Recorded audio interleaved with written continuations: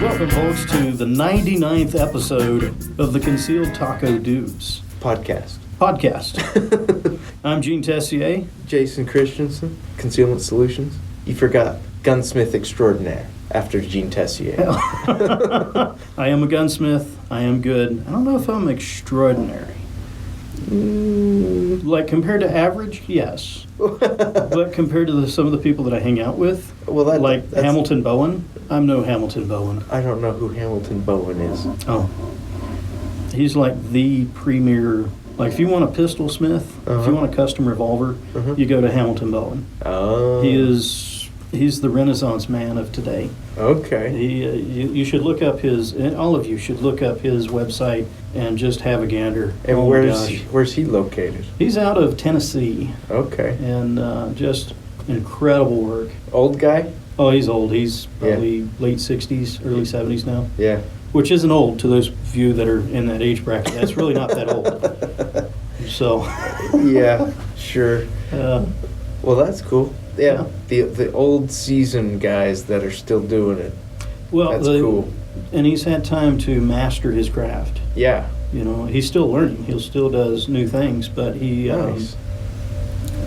is very good at what he does, and he has an excellent team under him. So. Cool. Yeah. What was his name again? Hamilton Bowen. Hamilton Bowen. Go check out Hamilton Bowen. You'll be glad you did. Apparently, he is the gunsmith extraordinaire. I was mistaken. In my eyes, you are the gunsmith extraordinaire, Gene. Well, thank you. I do appreciate that. So, episode 99. We have a scant cast. Well, there's technically 6 of us, because there's me, myself, and I. Oh. And I, myself, and me? Yeah. Okay. So there's 6 of us. Excellent. Well, let's hit some sponsors really quick, and I'm going to be very selfish and go first. You should. Concealment Solutions at concealmentsolutions.com. Have worked very hard over the last 10 plus years building this business to basically get the website and the business to a point where it's kind of like a one-stop holster shop. That's what I want. Nice. People, like a guy called me today, hey, so-and-so referred me to you. You make holsters, right? Yep, I do. What are you looking for? Well, what do you do? I said, I do everything.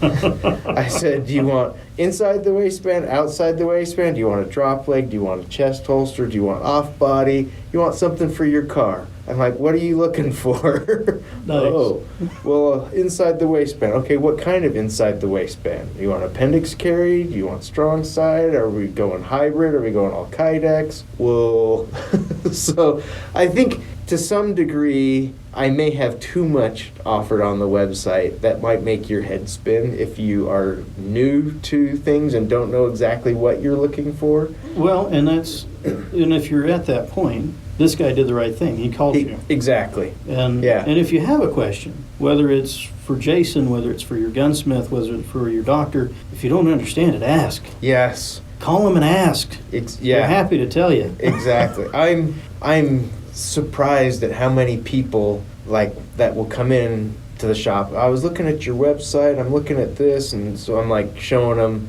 the CS1, which is a hybrid inside the waistband holster, and they're like, oh, that's an inside the waistband holster? It's like, how would you wear it outside? Yeah. You know? So well, there's always the people that don't understand how it works and they make assumptions. Yeah. And it's great when they ask questions or they come in the shop and then you can show them. Or call me. And then they find out what actually works for them. Yes. If you are able to come into the shop and you're new to this kind of stuff, anybody who's new, I just got my concealed carry permit or whatever, and I'm looking, don't know exactly what I want. Come to the shop and let's try some stuff on. Like this guy who called me, the first thing he said, well, I want it inside the waistband, and I said, are you going appendix carry, strong side, small of the back? I went, we're going to talk you out of that right now. That works for some people. Yeah, but not doesn't. many. You have to have some very specific issues before that is a good place to carry. Yeah, it's like if you drive a car, it's terrible. It's terrible. If you sit, it's terrible. Yeah. If you have to draw it, it's terrible. So anyway, so we talked through that kind of stuff, and I told him, I said, I'll build you whatever you want, but let me tell you why something else I think is going to be better for you. And we went over some things, and he ended up, get me a CS1. That's what we'll go with. So nice. Hopefully that works out and he's happy with it. But there's a few things I wanted to talk about at Concealment Solutions. Chest holsters are officially on the website and on sale. Awesome. So I don't know how long they're going to be on sale for. I just kind of threw it out to the web guy. Hey, these are new. Get them up there. Let's promote them. And nice. So grab them while you can. I think they're $10 off. Oh, that's a good deal. You can They're a good deal anyway. If you already have a Cobra holster, any of the Cobra holsters except for the drop leg, that's the only one it won't work with, but the Cobra Elite, the Cobra Zero, with a light, without, whatever, you can order just the chest harness. I think they're on sale for $40. They're normally $50. And it will bolt, you pull it off the belt clips, and that chest harness bolts right on, and now you have a chest harness. Nice. Super awesome. Or you can buy the combo. You can buy a Cobra holster with the chest harness, and it's discounted, so it's cheaper than if you bought the two separately. Oh, yeah. And then it's on sale on top of that. Oh, very nice. So go check that out. And those chest rigs are actually very nice. You've got one, don't you? I have one. So have you had a chance to play with it much? Not a ton. Yeah. But I'm liking it. Yeah. You know, when I tried it on there at the shop, it actually felt really good. Well, what's cool is the buckles, the that snap in, that hold everything on. Yeah, they're like a camera they type pivot. harness. Yeah. Yeah. They have pivot points in them. My camera harness has the same buckle. Yeah. And it's an excellent buckle. Well, it doesn't bind up on you. It doesn't force the strap to go one way. Yeah. Everybody's body's a little bit different, so these will move and very comfortable. If that system will work with an 8-pound camera, it'll definitely work with a 3-pound pistol. Yeah. So. Yeah. So I'm excited to have those. If you go onto the website, there's banners that go across the front promoting different things and whatnot. There's a new one on there, and when you look at it, it might be a little confusing as to why we're promoting this. So recently there was the Girl in a Gun group or organization had a conference in, I think, Colorado. Yes. And they had over 450 women attend. There was a bunch. The conference. Your wife was probably there. My wife was there. A bunch of ladies from the local Girl in a Gun group were there. So with that group of women that were there were, I think, 650 guns. So when they show up, they have to check in their equipment. So they want to make sure that the guns that were brought, the holsters, mag carrier, all that kind of stuff is appropriate for what they're doing. Okay, right. And when they did that, they recorded everything. And they tallied up how many Glocks there were, how many SIGs, and then broke down by model after that. Right. They did the same thing with holsters. Okay. Concealment Solutions was number 5 on that list of most popular holsters at that Girl in a Gun conference. That is awesome. So why am I so pleased to be number 5? Because I think I can't remember who was on there, but I think Blade Tech, Safariland, and there was another one that was on top. That was like Galco. It wasn't. Wasn't? No. That is interesting. So we beat out Alien Gear. Okay. And a bunch of other. Wow. There were some others that I'm like, I've never even heard of that company before, and that's okay. Very cool. But yeah, out of 450 or some odd women that were there, I was ranked number 5 most popular holster at the conference. Cool. So when you consider, I think, Safariland beat me out, as they should, and other companies that were really big. But those companies are really big. And I don't know if you guys listening to this podcast realize, my company consists of me and Henry. And Henry's the dog. And Henry's the dog. Well, I should, and my wife. My wife does the accounting and the shipping and stuff like that. So Nice. I can't discredit her. And Ian cleans the shop. So there's a few of us. Yeah. But as far as manufacturing goes, it's me. When you call my shop, I answer the phone. When you send in an email, I answer the email. That's awesome. When you post a question on social media, I ignore it. Okay, that's not entirely true, but social media is tough for me. Well, and when you're one person and you're doing everything, it's hard to focus on everything. It is. Like you can focus on the product, or you can focus on all the Instagram messages stuff. and Facebook requests and all that. Right. You know, a lot of times, even with me, I try to stay on top of that kind of stuff. Yeah. Because I don't do a ton of shipping out. Yeah. You know, I only ship out, maybe half a dozen guns a week. Yeah. But it's hard to keep up on all of that stuff. So, it is.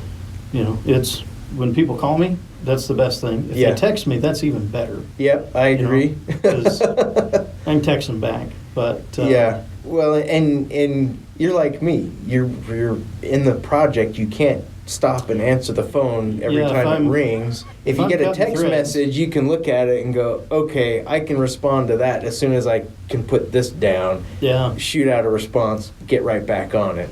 So that works good. So that banner that is bragging about being number 5 nice is if you click on that, it will take you to a link to an article that Masada Yub wrote that collected all that information and talked about the conference and stuff like that. I'll have to check that out. So that made me happy. Yeah. I'll take number 5 all day long. I'll take number 5. Oh yeah, for sure. I honestly, I was a little shocked, but I shouldn't be with the spending spree that those ladies, just our local ladies, did with me before that conference. It was crazy. It's always funny how people get ready for conferences and shooting classes and and it's like, why don't you go that crazy when there's not a class? Yeah. Like, why don't you just buy the good stuff when you need it? Yeah. Well, and that's the thing.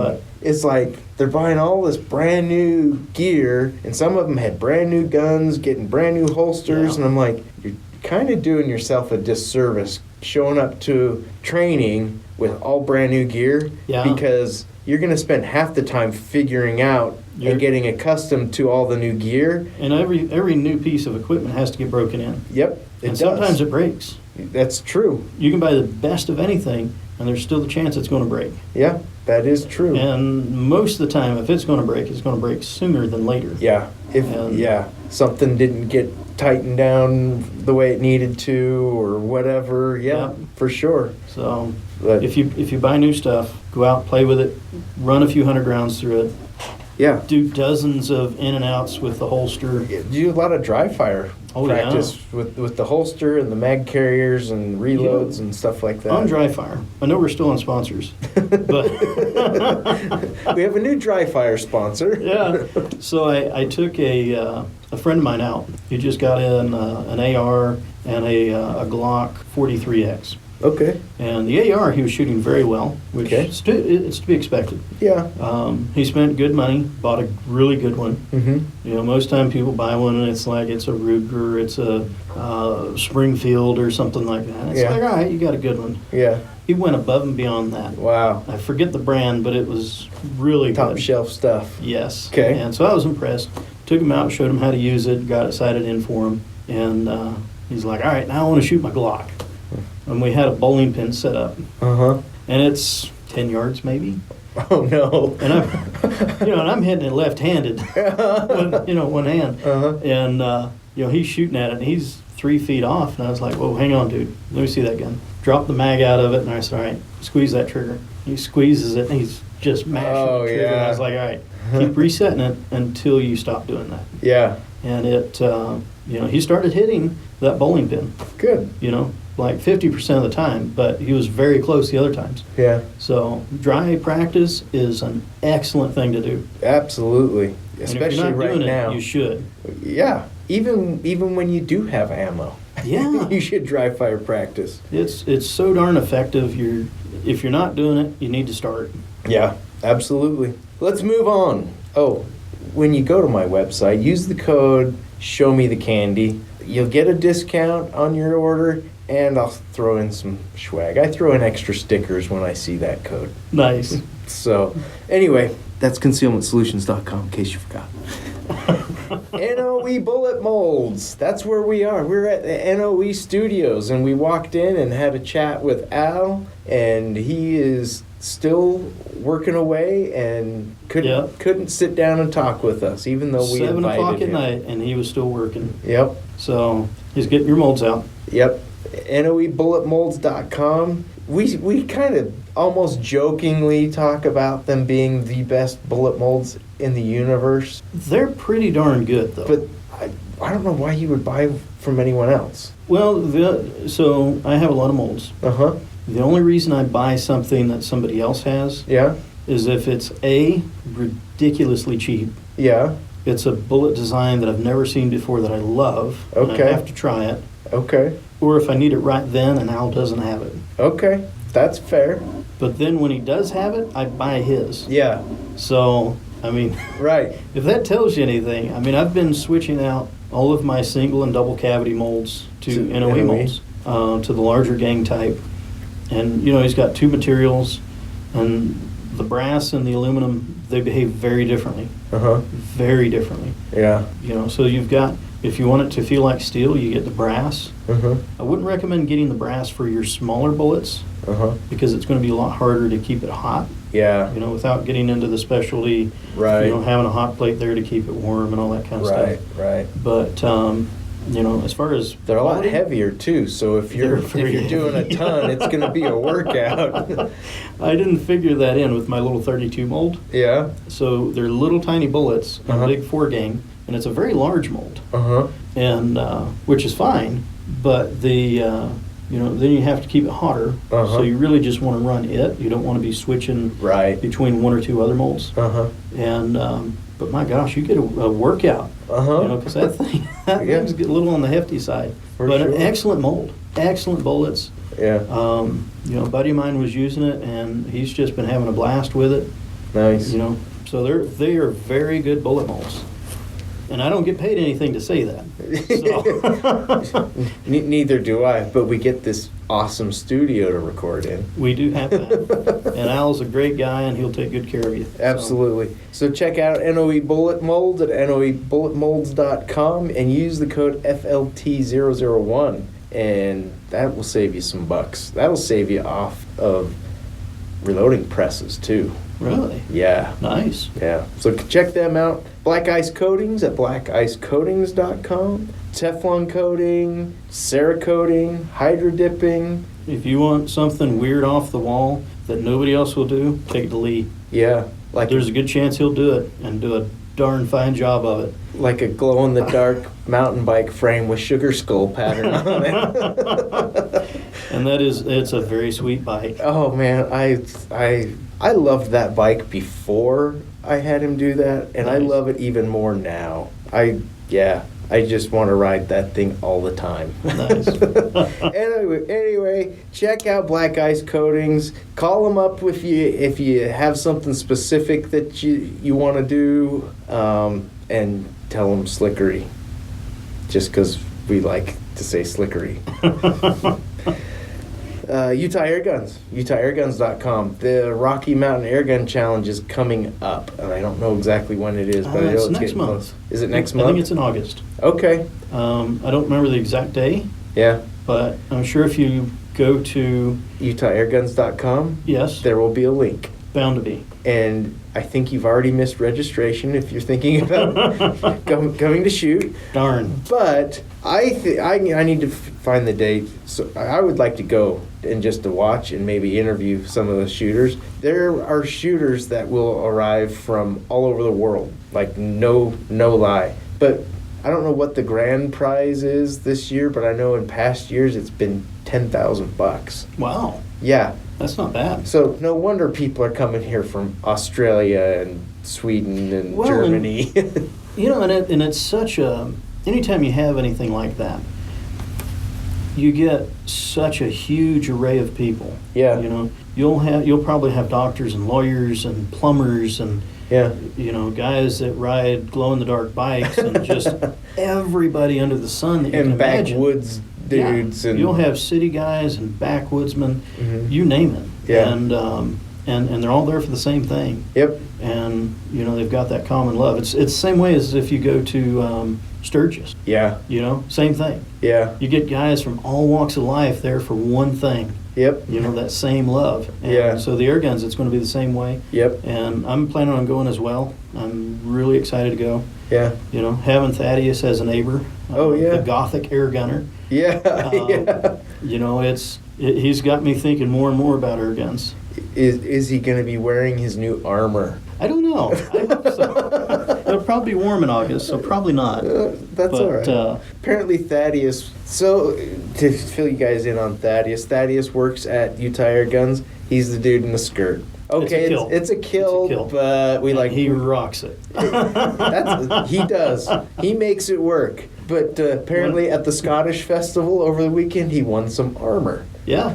And, I hope Thaddeus, if you're listening, the next time I walk into Utah Air Guns, I want to see the kilt and the armor. I want the combo.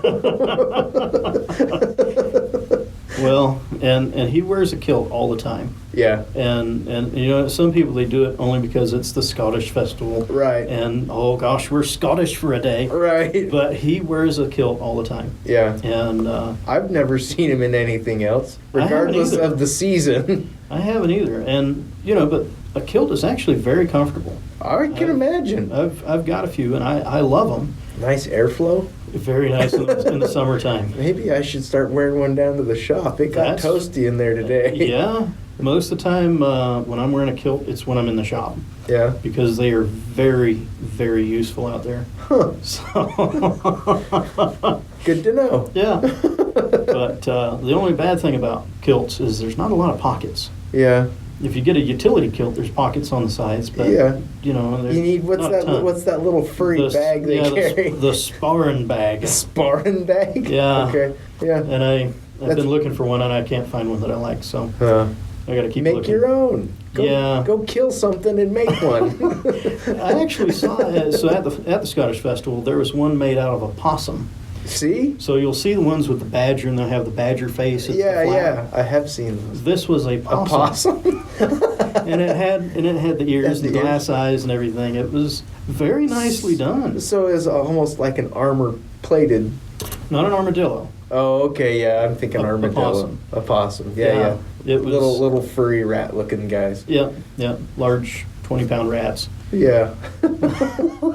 All right. So Utah Air Guns. When you order from Utah Air Guns at utahairguns.com, use the code AirCandy and you'll save. Actually, you'll get free shipping and free turret stickers for your scope. Nice. So you can dial it in instantly Nice. once you And figure if it you're out. in Utah, it's still worth it to get the free shipping because Yeah. then you don't have to fight State Street in Orem. Oh, gosh. It's getting so bad, the traffic out here. Anyway, Yeah, don't get me started on that. I won't. Last but not least, mag holder. Horizontal mag carriers. If you're not using one, you don't know what you're missing. That's what I use. They're just comfortable. They don't sit there and jab you in your side meat.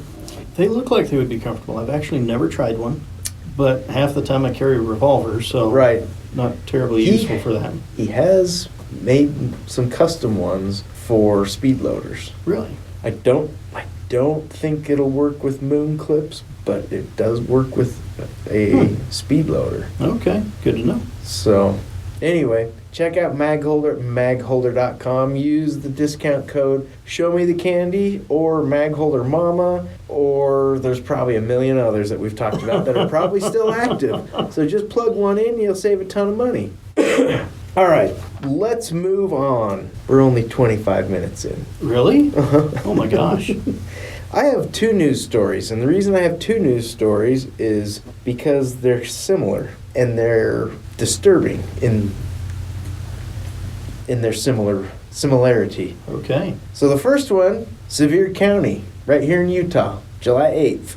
An elderly couple was critically injured when police say their grandson attacked them both with a knife before being shot by his grandfather. That's disturbing. Wow. So, the attacks occurred late Thursday when a woman in obvious panic called 911 to report that her husband was being stabbed by their grandson, who then began attacking his grandmother. Yeah. As she was being attacked, the first stabbing victim, the grandfather, was able to get a handgun and shot the attacking grandson multiple times. This gave the stabbing victims time to leave the residence, get in their vehicle, and drive to the neighbor's house. So Sevier County, just so if you're not familiar with Utah, which most of you probably aren't, is a lot more rural than a lot of other counties. Rural area. They might have had to drive half a mile or more now, to get to the which town neighbor. is down in Sevier? I don't know.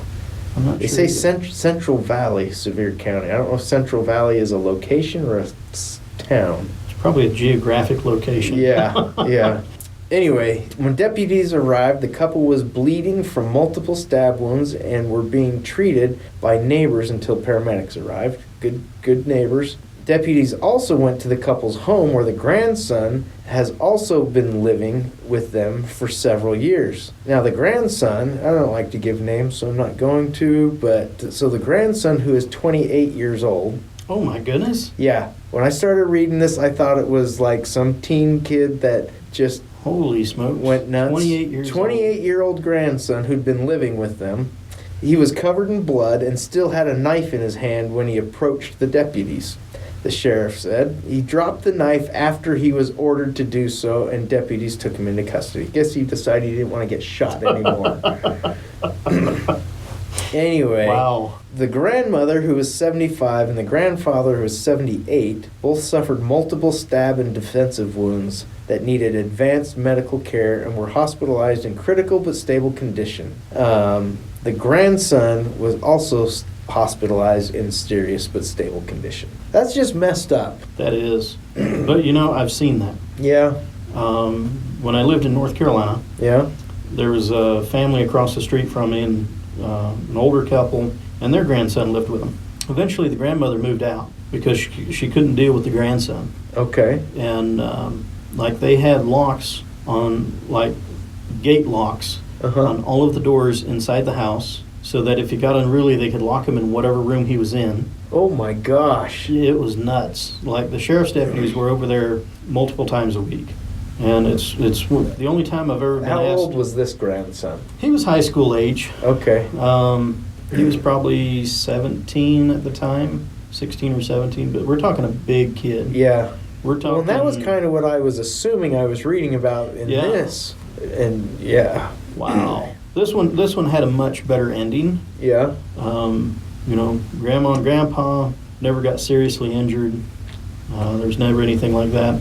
And shortly after, the grandson moved out and overdosed on drugs. So he kind of took himself out of the gene pool. Wow. You know, as bad as that sounds, It was probably the best scenario. it's the only scenario where I've ever been asked to back up a deputy, Yeah. because nearest backup was 30 minutes away.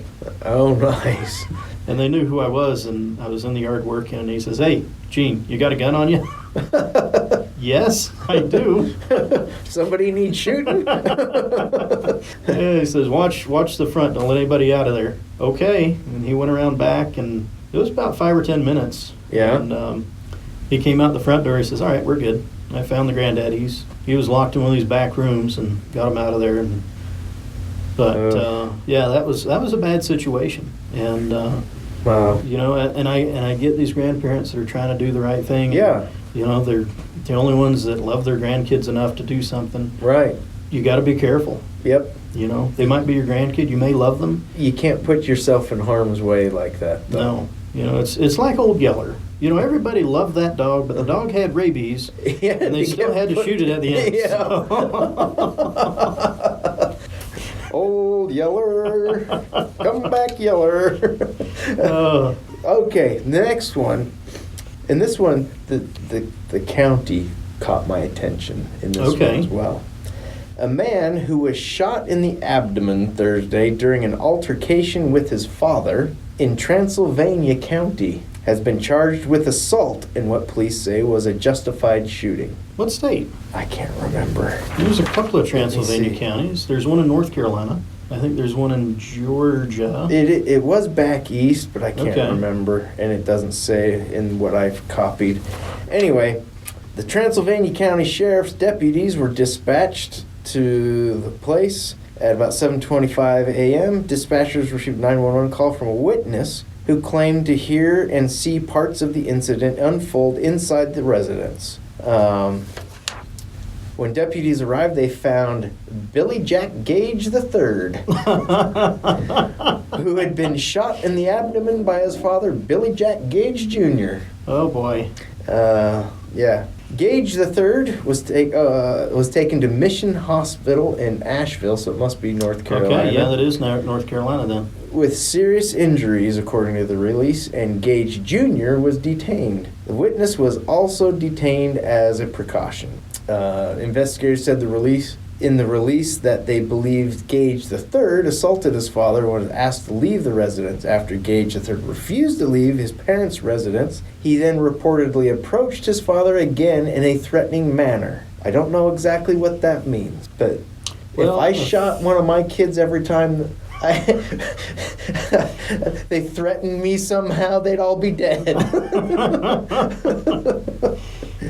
Well, in a threatening manner, there is no cut and dried version. There isn't. You can't say It could be a raised fist. It could be somebody picked up a broomstick. They Yeah, had a rock in their hand. Yeah. They're but that's 400 pounds and 7 foot tall, and they scowled at you. That could be a threatening manner. right. So So anyway, Gage Jr.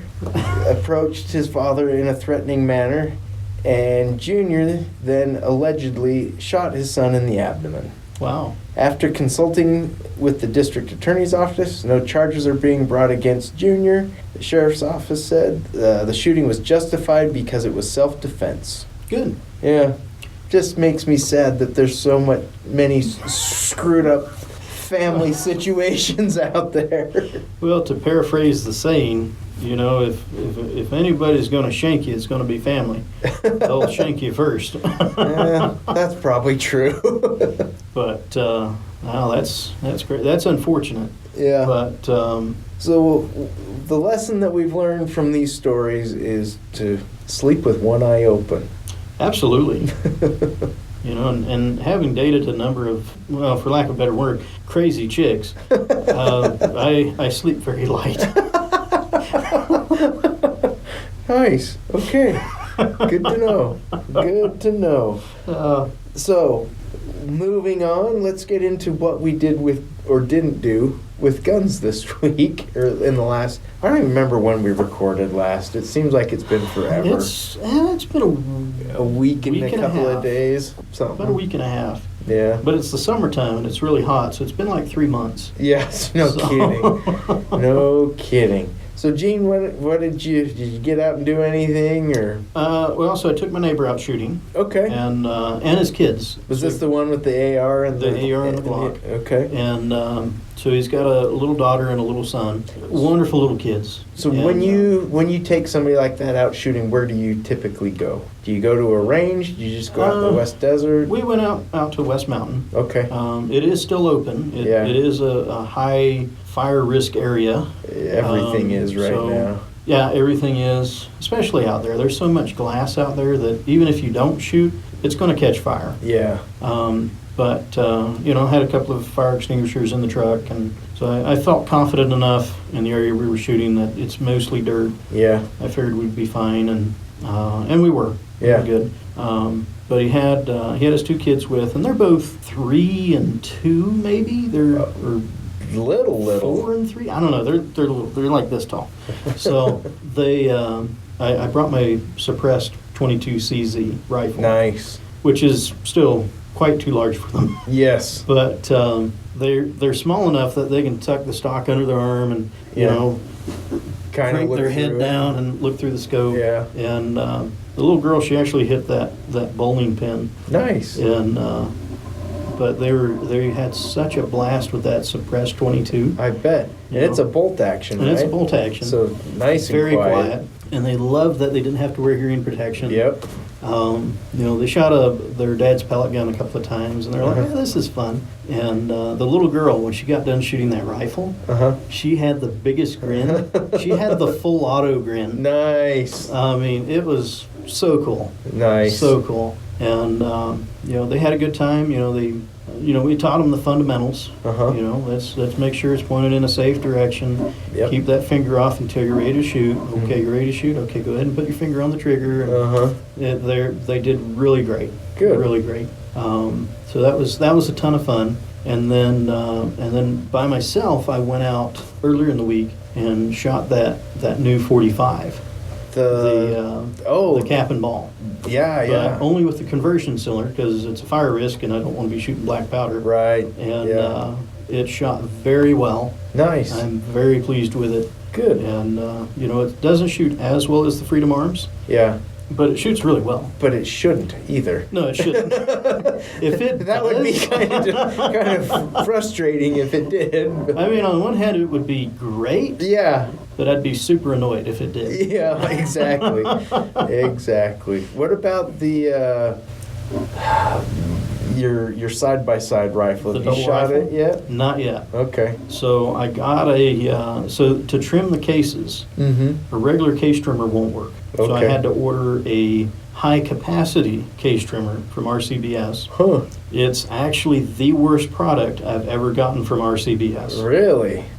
It has a ton of flex in the base to where it's trying to twist as you're trying to trim. That's not doing you any favors. No, but since I am a machinist and I have a ton of steel in the shop, I've got enough stuff I can sandwich it and get it so it does not flex. Oh, okay. But they should have built That's it. disappointing that you have to modify a brand It new is. tool to make it work the way it's Because supposed it to. wasn't a cheap tool. Yeah. It was like $170. Did you contact them at all? Not yet. I'm going to call them and be like, hey, Yeah. you guys can do better. Yeah. When your regular case trimmer is cast iron and super heavy, you can definitely do the same with the high capacity. Yeah. But You would think that one would be the overbuilt one. you would think, Huh. because this one it's meant for 50 BMG and Yeah. big cartridges, Yeah. and it's very flimsy. That's very disappointing. Flimsy. So, but cases are trimmed.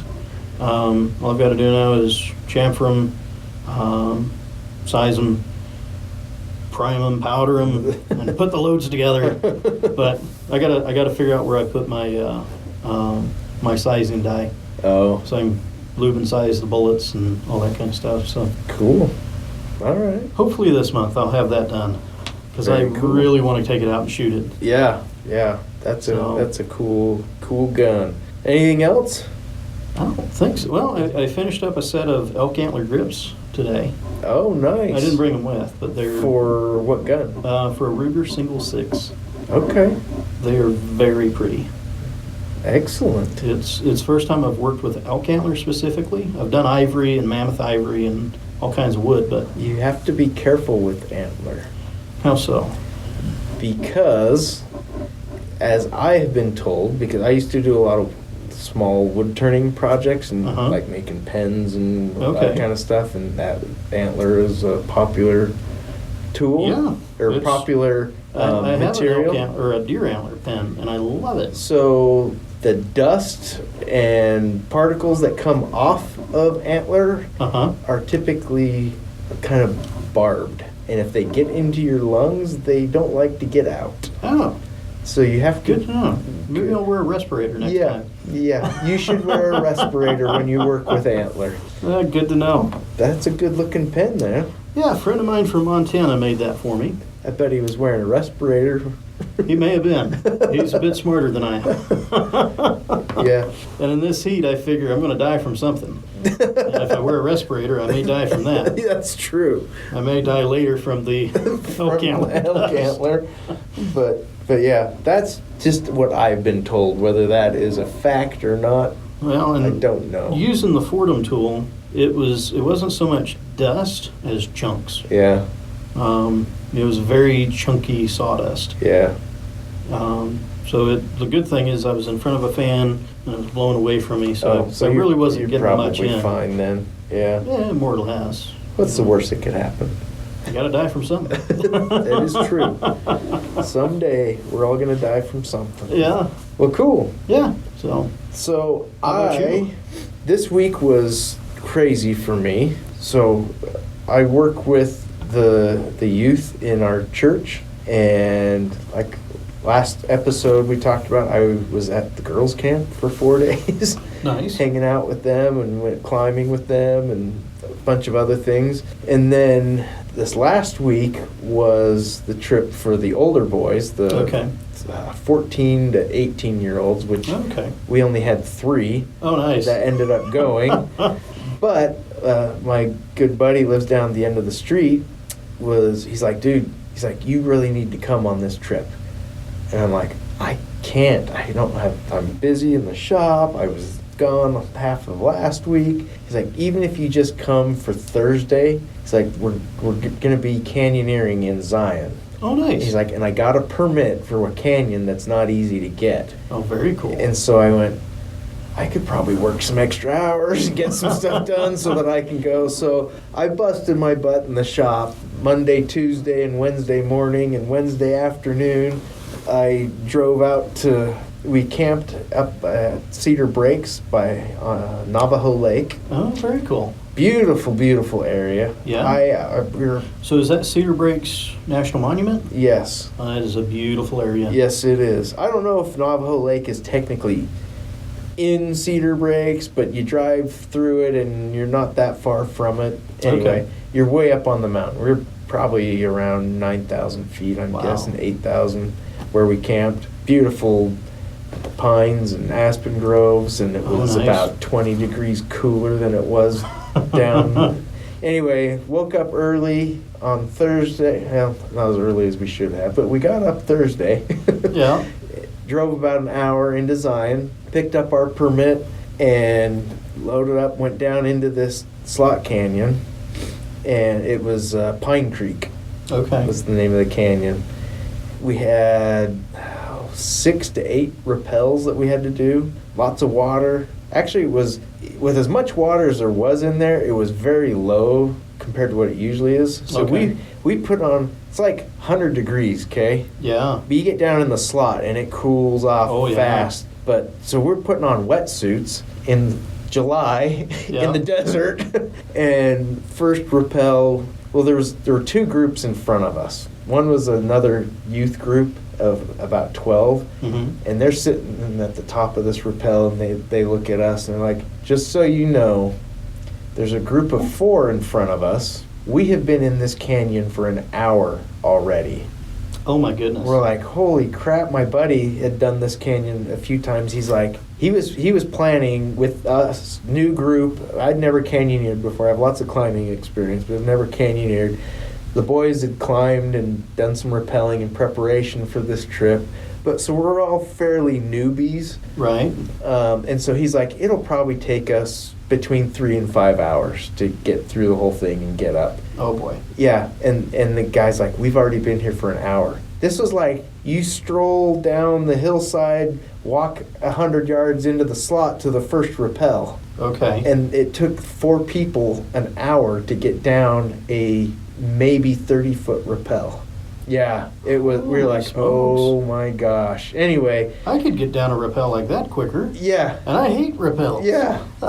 So anyway, and meanwhile, another group comes in behind us, and we're like, hey, just so you know, this is what's going on, da da da. So we just are like, we're not in a hurry. We're going to take our time. Super cool canyon. Nice. The last 3 rappels, we had a 60-foot rappel that 60-foot rappel that ended in a pretty deep pool. And it was about waist deep, but Okay. normally you rappel into that pool and you're treading water while you're unroping and then swimming to get out of the pool. But by that point, we'd already taken our wetsuits off. We're like, Okay. there isn't enough water in here. Yeah. It's not deep enough. We're not in it long enough, you know. So 60-foot rappel. The next one was, I think, an 80-foot rappel. that was just really, it was awkward. It was one of those, just the rock was weird. Oh, yeah. Goofy.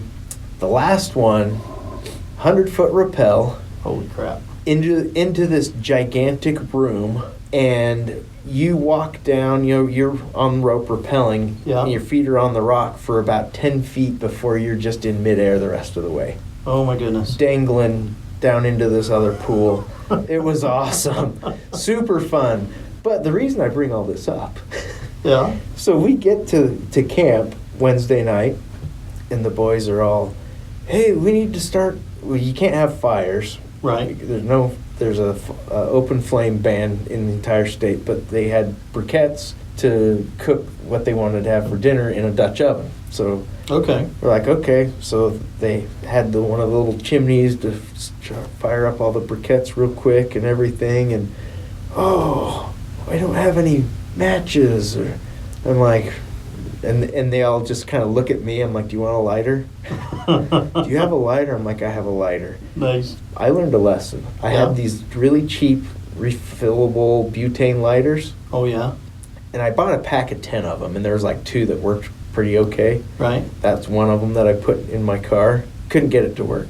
So they're like, oh, do you have? I'm like, I have matches. So I go in, get in my glove box, my little, like Altoids tin survival kit thing. I open that up here. I'm like, I'm giving you 1 match. You're lighting paper. If you can't light paper with 1 match, Yeah. you deserve to go hungry. So they light it and they get it going. And then they're making it. And the stuff that they made was more like soup. Oh. And they're like, oh.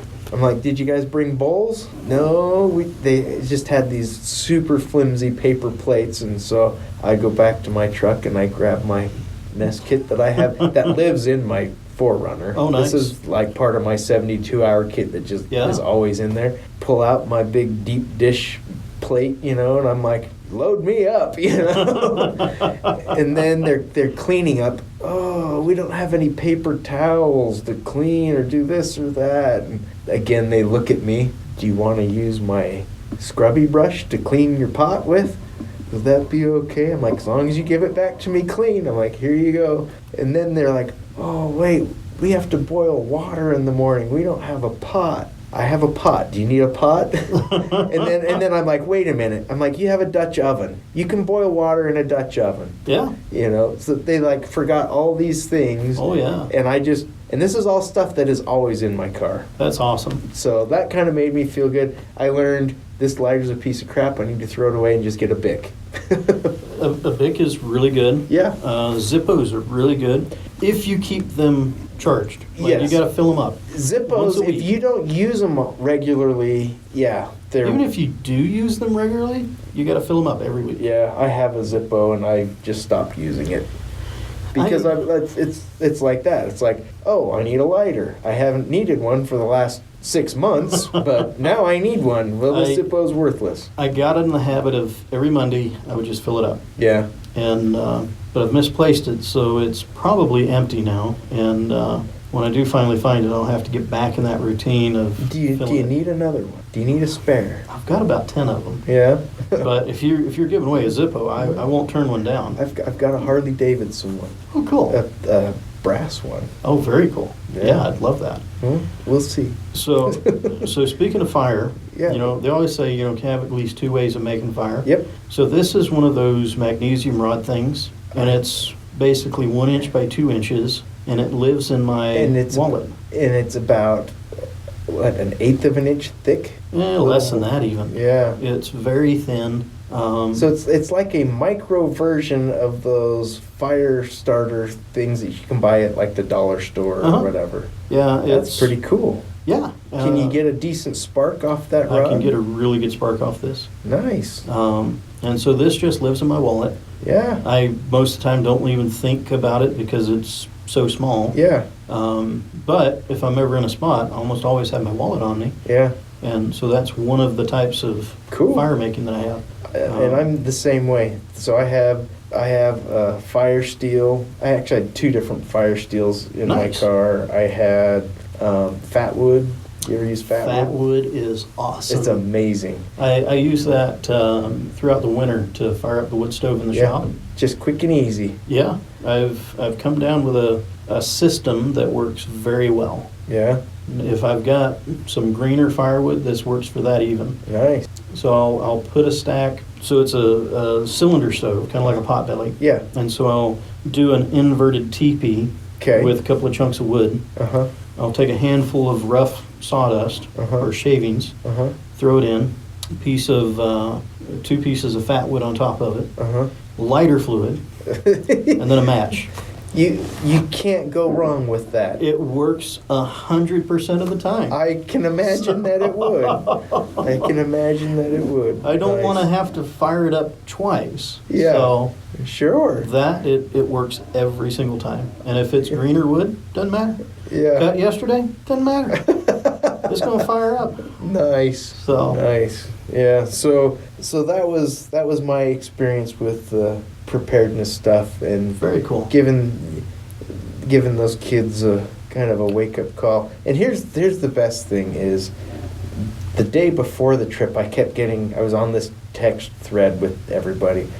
Who's bringing the cooler? Who's doing this? Who's doing that? I'm like, the church has a cooler. Use that one. We need a Dutch oven. Use the church's. I'm like, don't use your own stuff. Yeah. We have all that stuff. Oh, yeah. And then when they're like, then they were trying to open some cans for the stuff they were making, and the can opener they brought wasn't working. Yeah. And I'm like, where did you get that can opener? From my kitchen. I'm like, that is a piece of crap. So I'm like, here, this is what you, because it wouldn't turn. Oh, yeah. I'm like, you just have to bite, just click, click, click, click all the way around it. Yeah. To, you know, I'm, you don't have to turn it. This is how you're going to have to open that. Yeah. And I'm like, you guys know, in the basement at the church, in our closet, there is a tote that has pots, pans, spatulas, knives, whisks, measuring cups, cutting boards, can opener, paper towels. It's all in one tote. So you just go down there,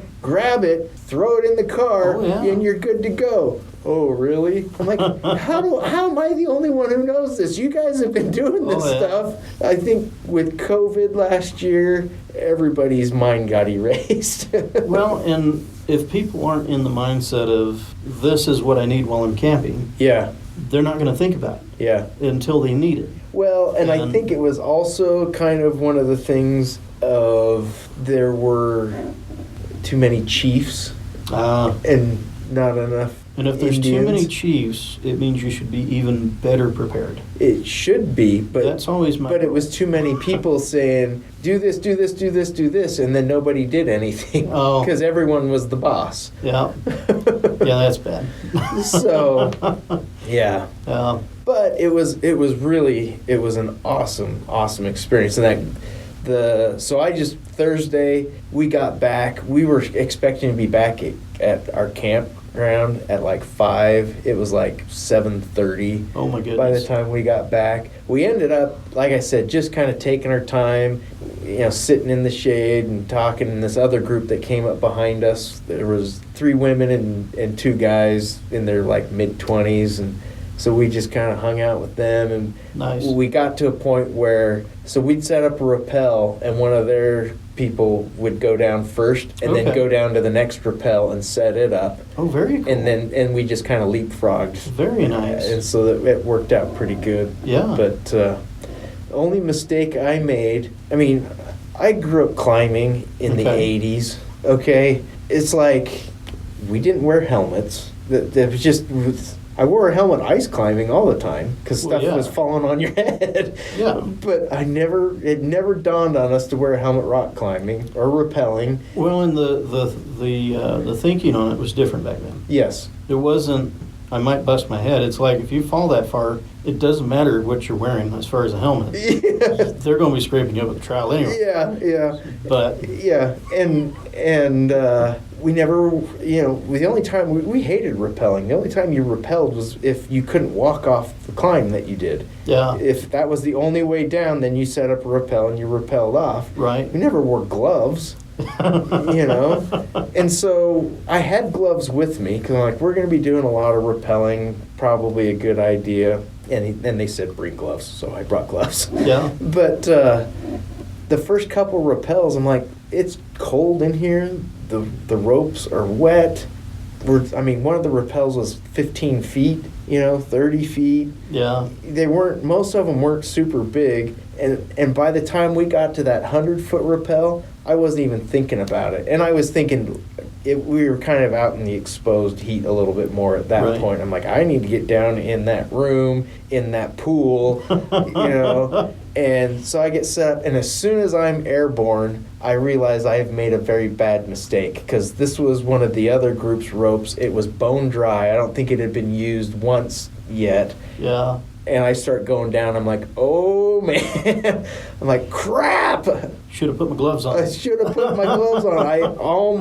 I was very, very close to getting 2 heat blisters on one of my hands. But and we had it set up so there was a guy doing the fireman belay at the bottom. So if you passed out halfway down and let go of the rope, they could control you down. And he's like, you want me to just let you down? I'm like, no, I can do it. I'll just go slow.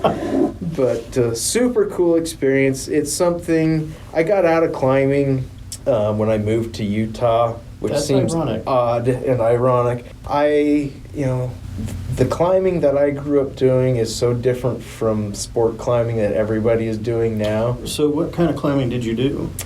The only climbing that there was. You showed up at the bottom of a rock, you climbed to the top of it, and you placed your own protection, wedged stuff into cracks and crevices and whatever. If there was a drilled bolt, that was like you hit the mother lode. Yeah. Woohoo! They were rare on a lot of climbs that we did. Okay. So where did you grow up? In California, Bay Area. Okay. So I learned to climb in a place called the Pinnacles, just outside of Gilroy, the garlic capital of the world. Oh, did not know that. Yeah, garlic festival every year. Huh. You can get garlic ice cream. I don't know why, but you can. Yeah, I think I'd kind of want to try that.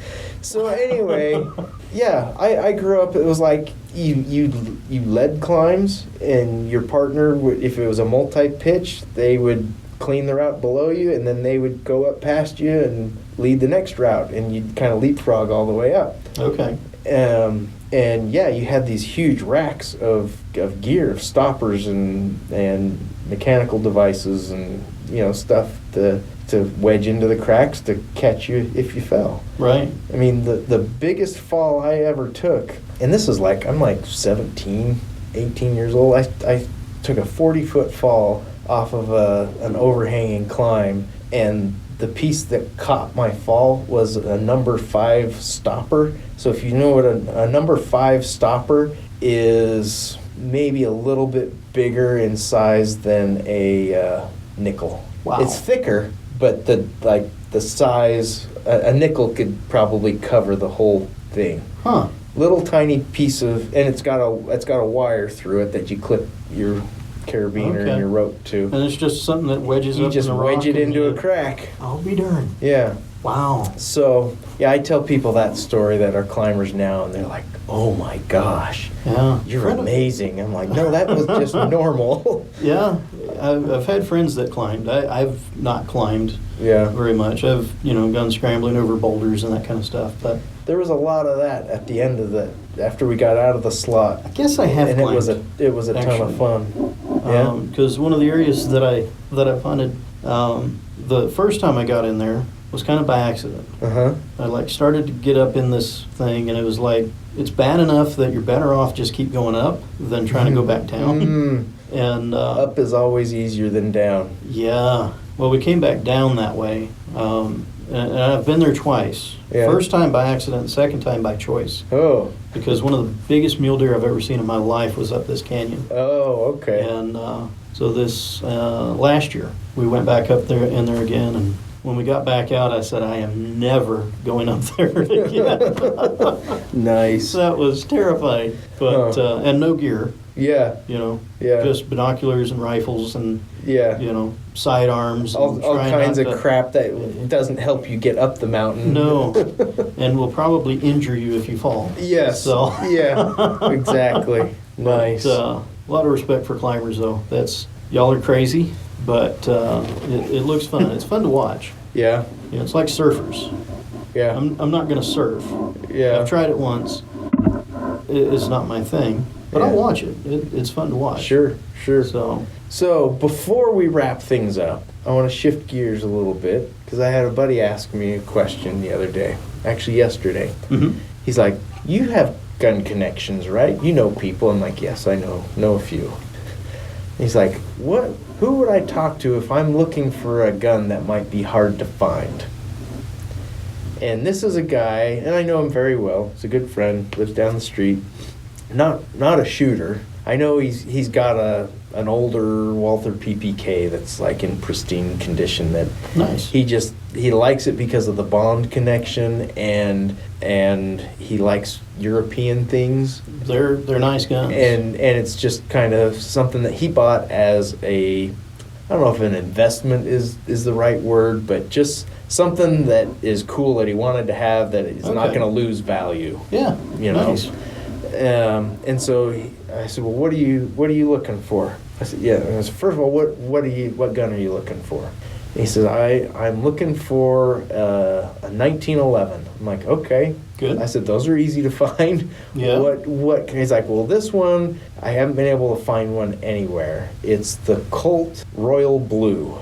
And I went, Well. as soon as he told me he wanted a Colt, I'm like, okay. I'm like, "Why do you want this?" He's like, "Just for like a Colt, same as the Walther, just to collect it and an investment." And I'm like, "I wouldn't buy a Colt if I were you, personally." And he's like, "Well, why?" I'm like, "Colt is not what they once were." He's like, "But they hold their value." And I said, "They do hold their value." They do. I'm like, the newer stuff isn't holding its value as well as stuff from 30, 40 or more years ago. If it's 80s or older, which the Royal Blue probably would be.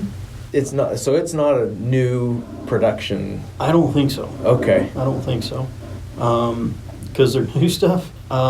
And some people are going to hate to hear this, but new Colts are absolute garbage. That's what I told him. I said, I had a Colt paying- 1911. I said, it was one of the worst guns I've ever owned. And I've had a lot of Colts. I've owned a lot, and I like them. Uh-huh.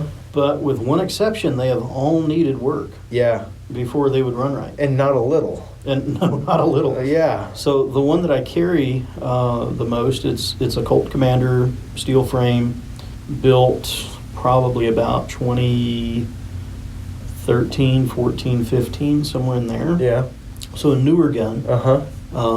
The slide fit is okay, but half the time it wouldn't run. Yeah. With ball ammo. Oh, wow. If you have a 1911 or any gun that doesn't run with ball ammo, That's a big problem. it's a big problem. You've got a big paperweight. I mean, that's what the 1911 was designed to Yeah. feed. So I had to do a lot of fitting, Mm. getting things fitted right. Ended up putting a new barrel in it.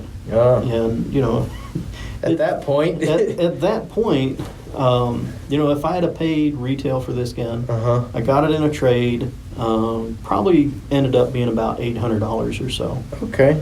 The guy knew, hey, it's a newer Colt, it's garbage, Mm-hmm. but it is a Colt. It still has that cute little horsey on the side. It's got the prancing pony. Yeah, and if you like the prancing pony, Yeah. Which, let's be honest, we all do. yeah, it's cool. We all do. It's very cool. Everybody wants a Colt, but nobody wants a Colt. They want the pony. Yeah. And I get that. Everybody wants a pony. Nobody wants to deal with the Colt issues. And that was exactly why I bought the one that I bought. No, what did you buy? It was probably the worst. Not just that it was a Colt, but it was like, that's the one you went with. This was very early on. I didn't know. Okay. It was a Colt New Agent, so it was a 3 1/4 inch. Yeah. 1911. Yeah. And it was like $1,200.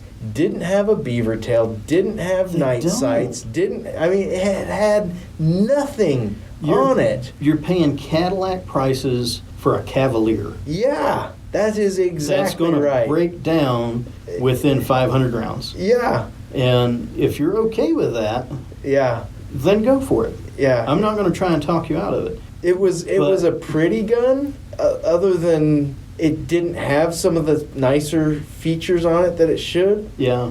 especially for the price that it cost. Yeah, because you're not buying a Colt for less than about $1,200. Right. Yeah. Doesn't matter what it is. Uh-huh. And, if it doesn't have the beaver tail safety, it's not going to be comfortable to shoot unless you're wearing gloves all the time. Yep. And very few people that I know that shoot a lot wear gloves. Yeah. Very few do. Yeah.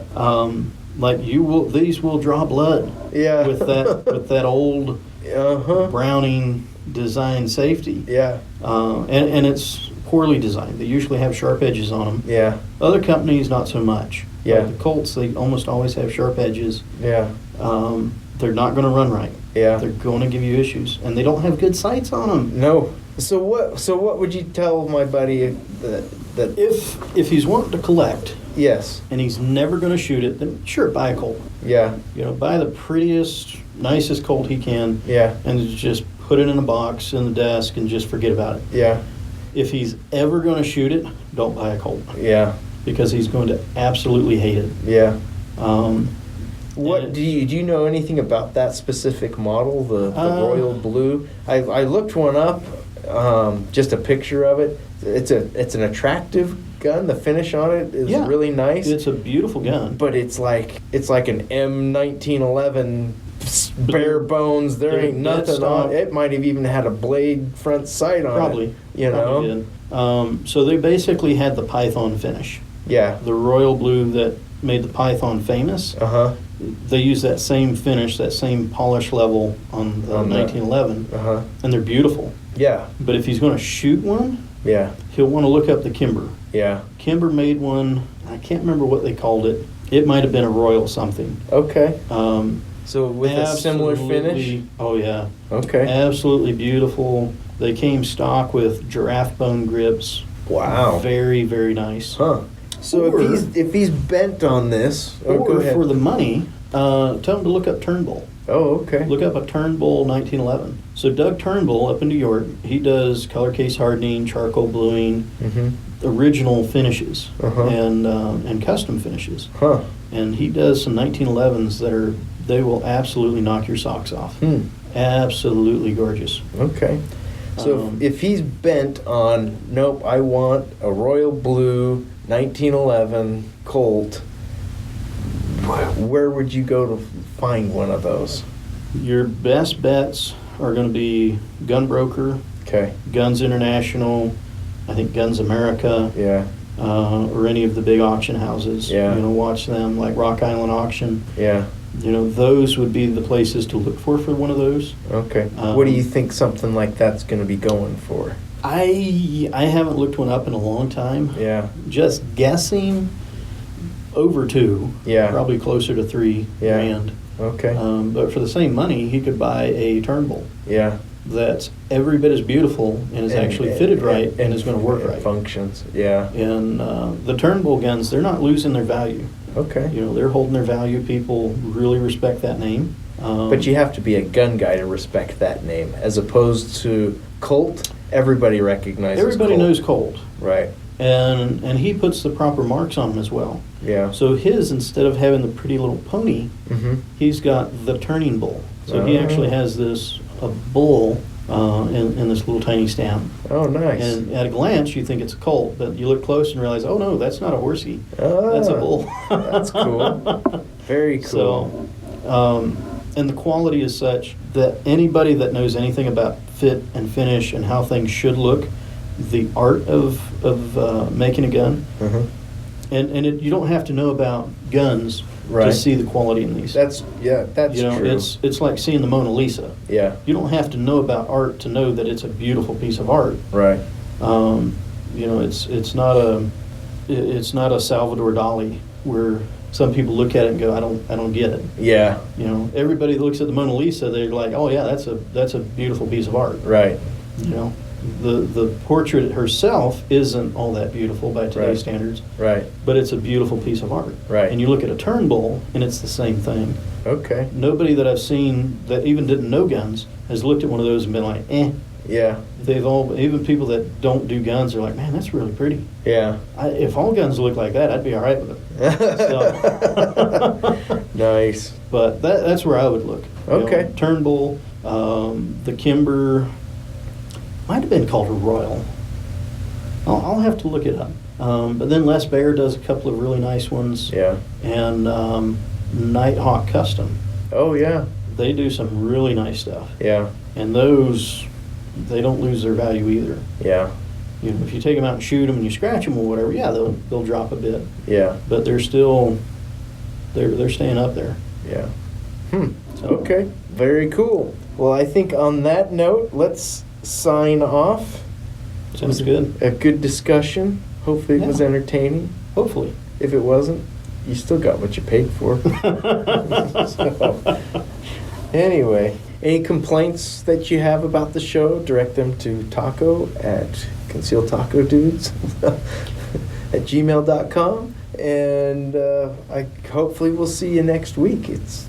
July's been crazy busy for all of us, but Yeah. we're getting through it. It's not as bad as the last July. Yeah? Last July, with COVID and everything, everybody getting their government money. Oh, yeah. And, it was kind of a bonus for a lot of people, which was good. Yeah. People were able to pay their bills, Uh-huh. but then they had excess. Uh-huh. And they're like, well, I guess I'm going to customize this gun. I'm going to build that gun. Oh. And I'm going to do all this other stuff. So your business went through the roof, huh? Yeah. I was pretty busy last summer Yeah, for the it's- summer. Usually July is typically my slowest month. Usually for me too. Yeah. And so this year it has been the summer slump Yeah. compared to last year anyway. Uh-huh. Like it's still quite busy. Yeah. But the good thing is I'm able to get through all the backlog. Nice. So I'm actually getting caught up and things are good. Nice. So, Well, good deal. yeah. All right. Hopefully we'll see you next week. In the meantime, go take somebody shooting. Stay cool. Have fun. Be nice. Be safe. Watch out for your grandkids. Yeah. Sleep with one eye open. See ya.